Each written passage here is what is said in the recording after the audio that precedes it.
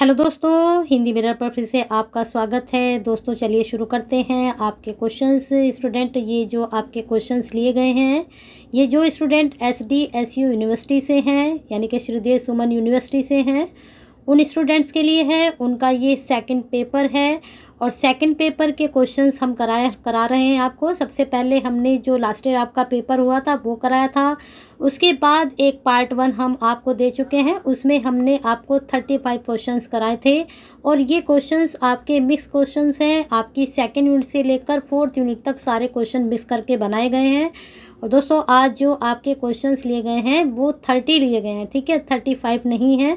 आज के क्वेश्चंस जो है 30 हैं, लेकिन हाँ इतना है, 30 क्वेश्चन जो भी हैं आपके वो सारे बहुत ही इम्पोर्टेंट हैं आपके लिए। तो वीडियो पूरी ज़रूर देखें और नोट डाउन भी करें इनको। अगर आप नोट डाउन नहीं करना चाहते तो आप वीडियो को अगर 3-4 बार देखेंगे तो सारे प्रश्न आपको याद हो जाएंगे। और पेपर को अच्छे से अटेम्प्ट करना, देखते रहिए और हिंदी मीडियम के साथ बने रहिए। जो स्टूडेंट आज ही चैनल से जुड़े हैं वो सब्सक्राइब ज़रूर कर लें, बेल आइकन को हिट कर दें, जिससे जो आने वाली वीडियो हैं आप लोगों को मिलती रहेंगी जब आप उसको क्या करेंगे, सब्सक्राइब करेंगे और बेल आइकन को हिट करेंगे। और जो स्टूडेंट पहले से हिंदी मिरर से जुड़े हैं वो ज़्यादा से ज़्यादा लाइक एंड शेयर करें, जिससे SDSU के जितने भी स्टूडेंट हैं उनको सेकंड पेपर मिल सके और उनकी तैयारी हिंदी की बहुत अच्छे से हो सके। जो हिंदी के स्टूडेंट हैं उनकी एक रेस्पॉन्सिबिलिटी भी बनती है, एक जिम्मेदारी भी बनती है कि जो उनके भाई दोस्त हैं हिंदी वाले उन तक ये जानकारी पहुँचे और उनकी भी तैयारी अच्छे से हो और उनका फर्स्ट ईयर अच्छे से पास आउट हो सके। चलिए शुरू करते हैं। पहला प्रश्न क्या है? पहला प्रश्न है, आदिकाल को शुक्ल जी ने क्या नाम दिया है? प्रारंभिक काल, वीरगाथा काल, गद्य काल या फिर प्रागैतिक हासिक काल? तो जो शुक्ल जी ने, आपको पता है आदिकाल आपके सिलेबस में है। आदिकाल के सिलेबस, आदिकाल का जो आपका है, आदिकाल में कौन कौन सी उसमें आपकी रचनाएं हैं, आपकी जो रचनाएं लिए गई हैं, जो आपकी सेकंड यूनिट में जो रचना है पृथ्वीराज रासो, वो आदिकाल से ही है। अमीर खुसरो हैं वो भी आदिकाल से हैं। आपके जो सिलेबस में है आदिकाल से संबंधित रचनाएं हैं, उसके बाद भक्ति काल से संबंधित है, उसके बाद रीतिकाल से संबंधित है। जो भूषण है और बिहारी है वो रीतिकाल के हैं। तो 3 कालों के क्वेश्चंस आपको पढ़ने पड़ेंगे, ठीक है। आधुनिक काल नहीं है, तो आधुनिक काल तो नहीं है आपके सिलेबस में, लेकिन हाँ 3 काल, भक्ति काल, रीतिकाल और आदिकाल से आपको प्रश्न पढ़ने पड़ेंगे। इनसे संबंधित जितनी भी जानकारी आप इकट्ठी कर सकते हैं करिए। चलिए प्रश्न आंसर देखते हैं क्या होगा। प्रश्न नंबर 1 का आपका उत्तर क्या हो जाएगा? इसमें शुक्ल जी ने जो नाम दिया है उन्होंने कहा है इसको वीरगाथा काल, ठीक है। चलिए अगले प्रश्न पे चलते हैं। आदिकाल में लिखे गद्य काव्य का क्या नाम है? ठीक है, इसमें आपको बताना है कि जो आदिकाल में जो गद्य काव्य का नाम है वह क्या है। तो इस प्रश्न में हमें क्या बताना है कि जो आदिकाल है उसमें लिखे गया जो गद्य काव्य है वह कौन सा है? वीररस है, परमाल रासो है, बीसलदेव रासो है या फिर पृथ्वीराज रासो है? जो आदिकाल में गद्य काव्य लिखा गया है वह है पृथ्वीराज रासो। चलिए अगले प्रश्न पे चलते हैं। अगला प्रश्न है आपका, भक्ति काल का वर्गीकरण कितने धाराओं में किया गया है? अब ये प्रश्न बहुत तरीके से आप लोगों से पूछा जाता है कि भक्ति काल का जो वर्गीकरण है वो कितनी धाराओं में है। तो वैसे तो जो भक्ति काल का वर्गीकरण है वो 2 धाराओं में है, ठीक है, ना तो 3 है, ना 4 है, ना 5 है, 2 धाराओं में है। ये पूरा चार्ट मैं आपको बता देती हूँ यहीं पर। इस पूरे चार्ट में से आपके क्वेश्चंस अलग अलग तरीके से बनते हैं। चलिए देखते हैं 2 धाराएँ कौन सी हैं। एक तो आपकी निर्गुण है और एक आपकी सगुण है, ठीक है, एक सगुण है और एक निर्गुण है, ठीक है। चलिए थोड़ा सा इसको रफली करके साफ से करते हैं। एक आपकी, इसको समझ लीजिए अच्छे से, निर्गुण और सगुण। ये माँ बने जा रहा है बार बार, थोड़ा पेन को उठा के करना पड़ेगा। हाँ ये ठीक है, अब ठीक है, निर्गुण और सगुण हो गया। अब इसका हम चार्ट बनाते हैं अच्छे से। अब निर्गुण के अंदर कौन कौन सी आपकी धाराएं आ जाती है? तो हो गई आपकी शाखा, ठीक है, धारा हो गई। अब आती हैं इसके अंदर 2 शाखाएं, ज्ञानाश्रयी, ठीक है, ज्ञानाश्रयी और प्रेमाश्रयी। प्रेमाश्रयी से कल आपके क्वेश्चंस बने थे। अब सगुण में आता है राम काव्य और कृष्ण काव्य। ठीक है, ये आपका पूरा चार्ट मैं समझा रही हूँ, समझ लीजिए। क्वेश्चन यहाँ से किसी भी तरह से आपके बन सकते हैं। अब ज्ञानाश्री में कौन आते हैं? ज्ञानाश्री में आते हैं संत, ठीक है, और प्रेमाश्री में आते हैं सूफी। इनसे आगे क्वेश्चंस बनेंगे, ध्यान से समझिए इसको। राम जो काव्य है उसके अंतर्गत जो है राम को जो पढ़ते हैं लिखते हैं वो आते हैं, और कृष्ण के बारे में जिन्होंने लिखा है वो आते हैं। ठीक है, लेकिन ज्ञानाश्री में जो आए उन्होंने संत कहा गया, और जो प्रेमाश्री में आए उनको क्या कहा गया? सूफी कहा गया है। अब आगे आते हैं, इसमें जो संत में है कबीर हैं। इसके जो एक क्वेश्चंस आपका बनता है कि इनके प्रतिनिधि कवि कौन है। अब जैसे आपका संत है तो संत में जो प्रतिनिधि कवि हैं वह कबीर हैं, और जो आपके सूफ़ी हैं उसमें जायसी हैं। प्रतिनिधि कवि आप जानते हो कि जहाँ से शुरुआत हुई है। फिर उसके बाद आपके जो इसमें कृष्ण में आते हैं, कृष्ण में तो मीराबाई हैं, सूरदास जी हैं, ये सभी कृष्ण के काव्य में आते हैं। राम के काव्य में तुलसीदास जी का नाम मुख्य है। आपके जो सिलेबस में है तुलसीदास जी हैं, और कृष्ण जी के हैं सूरदास जी हैं। सूफी काव्य में आपके जायसी हैं, और संत काव्य में आपके कबीर है। तो पूरा ये चार्ट आपकी समझ में आ गया होगा, और इसको अच्छे से नोट डाउन कर लीजिए अपनी नोटबुक में, क्योंकि यहाँ से आपके क्वेश्चंस जरूर बनेंगे। एक तो निर्गुण, सगुण, और इसकी ज्ञानाश्री और प्रेमाश्री। और ज्ञानाश्री के जो हैं वो संत कहलाए, और जो प्रेमाश्री में वो सूफी कहलाए। ये तो जरूरी याद रखें। चलिए आगे चलते हैं प्रश्न पर। भक्ति भावना को उत्तर भारत में लाने का श्रेय दिया जाता है। जो भक्ति भावना थी वो दक्षिण से उठी लहर, और उत्तर भारत में लाने का श्रेय किसको गया? रामानुजाचार्य को, रामानंद को, तुलसीदास को, या शंकराचार्य को। तो बताना है कि रामानुजा को है, या फिर रामानंद को है, तुलसीदास को है, शंकरा को है। तो प्रश्न नंबर 4 का आपका उत्तर होना चाहिए रामानंद। ठीक है, रामानंद जी उत्तर भारत में भक्ति भावनाओं को लेकर आए थे। जो इस तरह का प्रश्न बनता है कि जो दक्षिण से उठी लहर भक्ति भावना की वो उत्तर भारत में कैसे आई, ये प्रश्न इस तरह से भी घूम कर आ सकता है आपके पास। मैंने कहा कई बार समझा चुकी हूँ कि प्रश्न बदलते रहते हैं, आंसर वही रहते हैं। तो प्रश्न एक तरह से ये भी आता है कि जो दक्षिण से लहर उठी थी भक्ति भावना की, उसे उत्तर भारत में लाने का श्रेय किसको जाता है? तो आपको सिर्फ उतना याद रखना है कि उत्तर भारत में रामानंद जी हैं। ठीक है, चलिए आगे चलते हैं प्रश्न पर। प्रश्न नंबर 5 देखते हैं। सूफी काव्य के प्रतिनिधि कवि हैं। प्रश्न बन चुका है आपका धारा से, मैंने भी समझाई थी आपको धाराएं, और मैंने कहा था संत के ये हैं और सूफी के ये हैं, कबीर हैं, तुलसी हैं, जायसी हैं, या सूरदास जी हैं। तो आंसर बिल्कुल स्टूडेंट को सही लगाना चाहिए यहाँ पर। तो धारा के प्रतिनिधि कवि हैं सूफी धारा के जायसी। ठीक है, बिल्कुल अभी जस्ट आपको समझाया था। अगला प्रश्न है, इनमें से समाज सुधारक कवि कौन है? बताना है। वैसे तो देखो कहीं ना कहीं सभी ने जो है काम किया है समाज के लिए, लेकिन उनको फिर भी उपाधि मिली है कि ये कवि बाद में है, पहले एक समाज सुधारक है, ये भी बोला जाता है। तो आपको सिर्फ इतना शब्द याद करना है, समाज सुधारक। प्रश्न इस तरह से ही बन सकता है आपका यहाँ से कि ये कवि बाद में है और एक समाज सुधारक पहले हैं। वो कौन से कवि हैं? तो कबीर है, जायसी हैं, सूरदास जी हैं, तुलसीदास जी हैं। आंसर हो जाएगा कबीर। मैं प्रश्न को पैटर्न बताए जा रही हूँ आपको साथ साथ कि इस तरह से भी प्रश्न बन सकता है, लेकिन आपको सिर्फ छोटा सा शब्द याद रखना है, समाज सुधारक जो है वो कबीर है। प्रश्न किसी भी तरह से आपके सामने आए। अगला प्रश्न देखते हैं, कौन सा ग्रंथ तुलसीदास द्वारा रचित नहीं है? श्री कृष्ण गीतावली, जानकी मंगल, पार्वती मंगल, साहित्य लहरी। जब ये पूछा जाता है कि रचित नहीं है और 4 रचनाएं आपके सामने होती हैं, तो 4 में से कोई ऐसी एक रचना होती है जो उनके द्वारा रचित नहीं होती है। तो तुलसीदास जी, अब मैंने आपको बोला था कि जो 17 वीडियो हैं आपकी, जो पहले मैं आपको प्रोवाइड करा चुकी हूँ, वहाँ देखिए तुलसीदास जी की जीवनी भी है आपके लिए, कबीरदास जी की भी जीवनी है, सूरदास जी की भी जीवनी है। तो जीवनी ज़रूर पढ़ लीजिए। जीवनी अगर आप पढ़ लेंगे तो उसमें से आप उनकी रचनाएं निकालिए, उसमें से उनके जन्म निकालिए, मृत्यु निकालिए, और भी छोटी मोटी चीज़ें आप वहाँ से निकाल कर अपने एक नोट्स बनाइए, फिर आपके MCQ तैयार हो जाएंगे। ठीक है, देख लीजिए यहाँ पर श्री कृष्ण गीतावली भी है, जानकी मंगल भी है, पार्वती मंगल भी है, साहित्य लहरी उनकी रचना नहीं है। चलिए आगे चलते हैं। नेक्स्ट प्रश्न है आपका 8वां, हिंदी साहित्य का स्वर्ण युग है। स्वर्ण युग कौन सा है? वीरगाथा काल है। वीरगाथा काल किसको कहा गया है? अभी समझाया था मैंने, आदिकाल को। और किसने कहा है ये?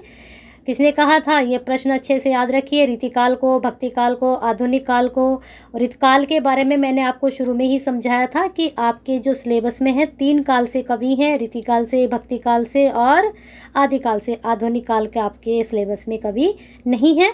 लेकिन हमें प्रश्न यहाँ पर बना है कि स्वर्ण युग किसको कहा गया। तो जो आपका भक्तिकाल है इसको स्वर्ण युग की परिभाषा मिली है या कहा गया है। अगला प्रश्न है, बीजक का संकलन किसने किया है? क्या है बीजक? ये भी आपको पता होना चाहिए। तो जो कबीरदास जी की जो रचनाएं हैं उनके संकलन को बीजक कहा गया है। लेकिन ये संकलन किसने किया है? सुंदरदास जी ने, धर्मदास जी ने, रैदास ने, मलुकदास ने। तो जो ये संकलन किया है ये धर्मदास जी ने किया है और ये कबीरदास जी के प्रिय शिष्यों में गिने जाते थे। कबीरदास जी के बाद धर्मदास जी को ही उनकी गद्दी मिली थी। चलिए अगले प्रश्न पे चलते हैं। कबीर की रचनाओं का नाम है। मैंने प्रश्न बनाया था आपका कि जो बीजक है उसके संकलन किसने किया है। अब जो इनकी रचनाएं हैं उनका संकलन उसमें हुआ है। साखी है, सबद है, रामायणी है या फिर ये सभी हैं। तो जो कबीर की जो रचना है ये तीनों ही रचना है और इनका संकलन किस नाम से हुआ है? इनका संकलन बीजक नाम से हुआ है। और यह संकलन किसने किया है? यह धर्मदास ने किया है। प्रश्न बहुत अच्छा है, अच्छे से नोट डाउन करें। चलिए अगले प्रश्न पे चलते हैं। अगला प्रश्न है, भक्ति काल का दूसरा नाम है। श्रृंगार काल, पूर्व मध्य काल, संत काव्य या फिर उत्तर मध्य काल। बहुत अच्छा प्रश्न है, आ सकता है एग्जाम में। तो जो मैं आपको कई बार समझा चुकी हूँ कि पहले तो हम आंसर चेक करते हैं क्या है। आंसर है इसका पूर्व मध्य काल। ठीक है, अब देखिए भक्ति काल को जो बोला गया है पूर्व मध्य काल और उत्तर मध्य काल। ठीक है, ये याद रखिएगा, उत्तर मध्य काल। और ये दोनों ही नाम किसने दिए हैं? ये दोनों ही नाम रामचंद्र शुक्ल जी के द्वारा दिए गए हैं। ये चीज़ भी आप याद रखें। दूसरी बात कि जो पूर्व मध्य काल है वह क्या है और जो उत्तर मध्य काल है वह क्या है। जो उत्तर मध्य काल है वह रीतिकाल के नाम से जाना जाता है। ठीक है, चलिए अगले प्रश्न पे चलते हैं। भक्ति काल को स्वर्णयुग किसने कहा? अभी प्रश्न आपको बताया था कि कौन सा काल स्वर्णयुग कहा गया है, लेकिन यह किसने कहा है ये भी प्रश्न बहुत इंपॉर्टेंट है। जॉर्ज ग्रियर्सन, रामचंद्र शुक्ल, श्याम सुंदर दास, मिश्र बंधु। तो आंसर आप स्टूडेंट आप आंसर सोचते हैं या नहीं सोचते हैं? जैसे मैं आपको यहाँ ऑप्शन बनाती हूँ आपके और बोलती हूँ तो इतना आपके दिमाग में आंसर, भले ही चाहे आप तुक्का लगाएं, चाहे आप गैस करें, चाहे कुछ भी करें, आप आंसर को सोचा करें अपने दिमाग में। अगर आप सीधा सीधा सोचेंगे कि मैडम आंसर बताएंगी तो हम आंसर को लिख लेंगे, लेकिन अपना भी आप तुक्का लगाया करें। जब मैं आपका टेस्ट लेकर आती हूँ, अभी हम लाइव तो नहीं आ रहे, लाइव में तो आप डायरेक्ट आंसर देते मुझे, लेकिन यहाँ भी आप सोचा करें कि मैडम कौन सा आंसर बता सकती हैं। तो जॉर्ज ग्रियर्सन ने कहा था। चलिए अगले प्रश्न पे चलते हैं। अगला प्रश्न है, इनमें से सूफी कवि कौन नहीं है? जस्ट अभी आपको मैंने बताया था सूफी और संत के बारे में। तो सूफी कौन नहीं है? जापानी, नूर मोहम्मद, कुतुबन या फिर कबीर। तो बताना है इसमें कौन नहीं है। अब कबीर के बारे में बिल्कुल अभी मैंने आपको बताया था, ये जापानी यहाँ पर गलत लिखा गया है, यहाँ पर ये जायसी है। ठीक है, यहाँ पर ये जायसी लिखा है। तो जायसी तो आपको पता ही है सूफी जी हैं, और नूर मोहम्मद भी हैं, कुतुबन भी हैं, लेकिन कबीर अभी मैंने आपको बताया था कि ये संत कवि हैं। बिल्कुल जस्ट अभी बताया, तो एकदम आपको आंसर लगा देना चाहिए था कि कबीर हैं। चलिए अगले प्रश्न पे चलते हैं। अष्ट छाप का कवि नहीं है। अब देख लीजिए, आपका भक्ति काल है, भक्ति काल में से जो है सूरदास जी आ गए हैं, लेकिन यहाँ पर जो सूरदास जी हैं इनकी गिनती अष्ट छाप के कवियों में होती है। नंददास की होती है, कुंभन दास की होती है। 8 कवि हैं, उनमें से 3 आपको पता चल चुके हैं, लेकिन जो नरोत्तम दास है वो अष्ट छाप के कवियों में नहीं है। हालांकि ये भक्ति काल से ही हैं, लेकिन अष्ट छाप के कवियों में इनकी गिनती नहीं होती है। सूरदास जी रचित ग्रंथ है साहित्य लहरी, रास पंचाध्यायी, श्री कृष्ण गीतावली, बीजक। बीजक तो आपको पता चली गया है कि कबीर की है, तो बाकी बची 3। अब हमें देखना है सूरदास का रचित ग्रंथ कौन सा है। तो ये भी नहीं है, ये भी नहीं है। कृष्ण गीतावली भी मैंने अभी आपको बताई थी कि तुलसीदास जी की है, तो ये तो एलिमिनेट ऑलरेडी हो चुके हैं। अब बची है 2, तो साहित्य लहरी उनकी रचना है। रास पंचाध्यायी किसकी है बताना है आपको कमेंट बॉक्स में। चलिए अगला प्रश्न देखते हैं। कबीर वाणी के डिक्टेटर हैं। यह पंक्ति या उक्ति किस आलोचक की है? बहुत अच्छा प्रश्न है, आपके एग्जाम में बन सकता है कबीर से संबंधित। आचार्य रामचंद्र शुक्ल, विनय मोहन शर्मा, हजारी प्रसाद द्विवेदी, डॉक्टर नामवर सिंह। तो कबीर के जो वाणी के डिक्टेटर हैं ये कहा है हजारी प्रसाद द्विवेदी ने। और क्यों कहा है? उनकी भाषा को लेकर उन्होंने कहा था। उन्होंने ये भी कहा था इनके बारे में कि कबीरदास जी ऐसे हैं कि अगर बात बन गई सीधे सीधे नहीं तो दरेरा देकर, ठीक है। इसलिए उन्होंने कहा कि वो कुछ भी, भाषा जो है उनकी गुलाम है, वो कुछ भी कहला सकते हैं भाषा से। भाषा के अकॉर्डिंग वो नहीं कहते, वो भाषा उनके अकॉर्डिंग चलती है, ठीक है। ऐसा भी उन्होंने इसमें बोला था। चलिए आगे चलते हैं प्रश्न पर। बिहारी किस वर्ग के कवि हैं? रीतिमुक्त, रीतिसिद्ध या फिर रीतिबद्ध? इनमें से कोई नहीं। तो इन तीनों, ये रीतिकाल की प्रश्न बनेगा ये आगे भी आपका, लेकिन फिर यहाँ पर सिर्फ इतना बताना है किस वर्ग के कवि हैं। तो बिहारी जो है वो रीति सिद्ध के कवि हैं। रीतिकाल से प्रश्न बन चुका है। आपके जब मैं प्रश्न कराती हूँ तो आपको ये भी पता होना चाहिए कि मैडम किस काल से प्रश्न करा रही हैं इस वक्त, ठीक है। चलिए आगे चलते हैं। किसी एक रीतिमुक्त कवि का नाम छांटना है आपको। रीतिमुक्त कवि का नाम छांटना है। बोधा है, केशव है, देव है या फिर भूषण है? तो यहाँ पर जो रीतिमुक्त कवि हैं वह बोधा है। अब रहे केशव और देव और भूषण। अब ये तीनों रीतिबद्ध हैं या रीतिसिद्ध हैं या रीतिमुक्त हैं, आपको बताना है कमेंट बॉक्स में, ठीक है। भूषण तो आपके सिलेबस में भी हैं, तो आपको पता होना चाहिए ये कौन सी धारा में आ रहे हैं। रीतिबद्ध में आ रहे हैं, रीतिसिद्ध में आ रहे हैं, रीतिमुक्त में आ रहे हैं, ठीक है। तो इसका तो आंसर आप जरूर दें। चलिए अगले प्रश्न पे चलते हैं। इनमें से रीतिबद्ध कवि कौन है? रीतिबद्ध के बारे में बताना है। ये प्रश्न आपका बन चुका है, जो प्रश्न का आंसर मैं भी आप इसको पूछ रही थी। भूषण, देव, घनानंद, आलम। तो रीतिबद्ध जो कवि हैं वह भूषण है। पूछा आपसे था, आंसर मैंने दे दिया है। अगला प्रश्न। बिहारी ने गागर में सागर भरा है से क्या तात्पर्य है? ये एक उक्ति है कि बिहारी ने गागर में सागर भरा है, और यह किसने कही है ये आप मुझे बताएंगे, लेकिन तात्पर्य मैं आपको बता देती हूँ। घड़े में सागर भरना, थोड़े में बहुत कहना, मार्मिक बात कहना या श्रृंगार रस की अधिकता होना। तो जो ये गागर में सागर भरने वाली बात है यह है थोड़े में बहुत अधिक कह देना। मतलब आप एक घड़े में सागर डाल रहे हो तो क्या कम जगह में आप बहुत चीज़ कर रहे हो ना, तो थोड़े में बहुत कुछ कह रहे हैं। कौन? बिहारी जी। और ये बात किसने कही है उनके बारे में बताना है आपको कमेंट बॉक्स में। कबीर की भाषा को सधुकड़ी कहा है। सधुकड़ी किसने कहा है? पंचमेल खिचड़ी किसने कहा है? ये सब आपको पता होना चाहिए। विनय मोहन शर्मा ने, रामचंद्र शुक्ल ने, डॉक्टर नगेंद्र ने, हजारी प्रसाद द्विवेदी ने।